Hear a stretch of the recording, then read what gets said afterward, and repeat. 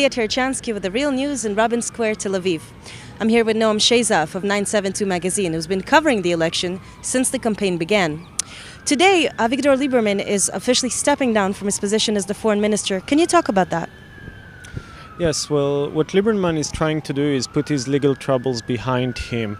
He was under corruption investigation for 13 years, at the end of which the Attorney General decided to put charges only on a minor charge of breach of trust.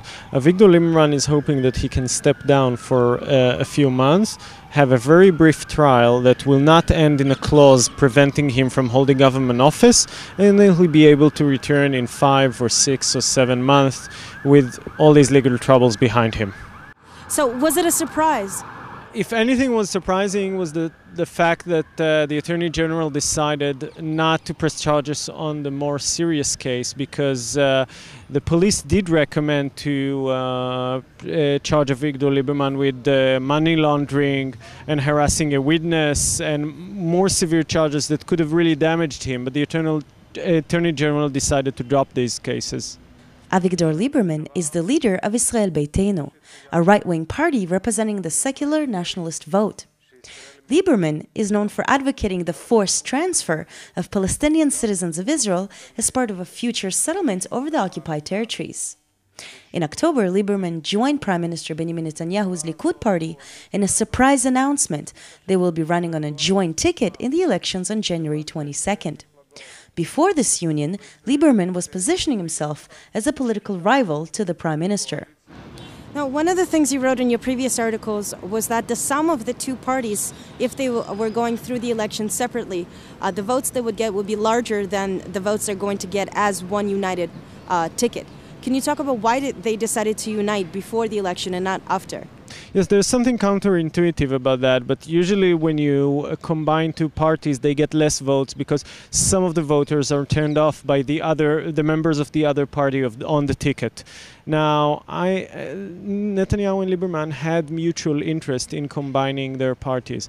Netanyahu wanted to secure Liberman on his side in the day after the election, making sure that he won't team up with either Yachimowicz or Livni. And Liberman wanted to position himself where he could succeed Netanyahu in the next elections. So, because Liberman's goal is ultimately to lead the right and to become the next prime minister. So they both were willing to lose a few votes in order to get what they wanted.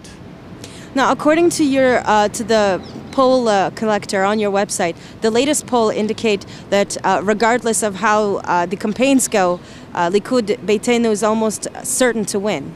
Yes, in fact, it's not just the latest poll. We've been collecting polls since 2009, and unless I miss something, we still need to see one poll that doesn't have the bloc that usually backs Netanyahu, which meaning the Orthodox parties and the right-wing parties with less than half of the Knesset, that's 60 seats. So if Netanyahu has this bloc of more than 60 seats, he is not only likely but certain to become the next prime minister. Before forming a new party, Tzipi Livni was leading the Kadima party, a position she left for Shaul Mufaz. This week, Livni launched an ad campaign against the Prime Minister, presenting herself as the alternative to the Liberman-Netanyahu ticket. One ad published on buses throughout the country reads, Bibi Netanyahu and Liberman, international boycott. Tzipi Livni, diplomatic solution. Food for thought from Hatnua. Livni's return to politics and rebranding comes only 4 years after she was one of the main advocates as then foreign minister for the 2009 Israeli assault on Gaza, known as Cas-Led.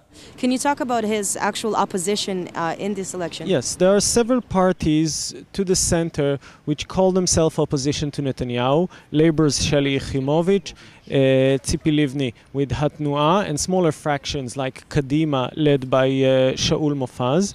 But all of them together won't be able to combine their forces to one bloc that can stop Netanyahu. I feel that those parties are also just positioning themselves for the day after Netanyahu. Each candidate trying to come up with a good enough result in these elections so he can be perceived as the leader of the center of the left in the next elections. While in the Israeli context, Labor and Hatnua parties might be considered center-left, Anti-occupation parties such as Meretz and Chadash and Palestinian Israeli parties such as Ra'am Ta'al and Balad are predicted to win only 15 seats combined.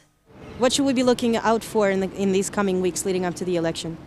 Well, one new development of the last 2 weeks is we're seeing Netanyahu losing some support to the hard right and to the settlers.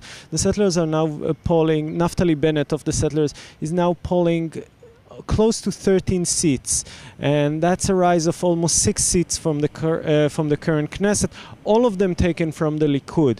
So one thing to watch is how weak this joint Netanyahu-Liberman ticket gets, and how much the hard right, so how stronger does it get.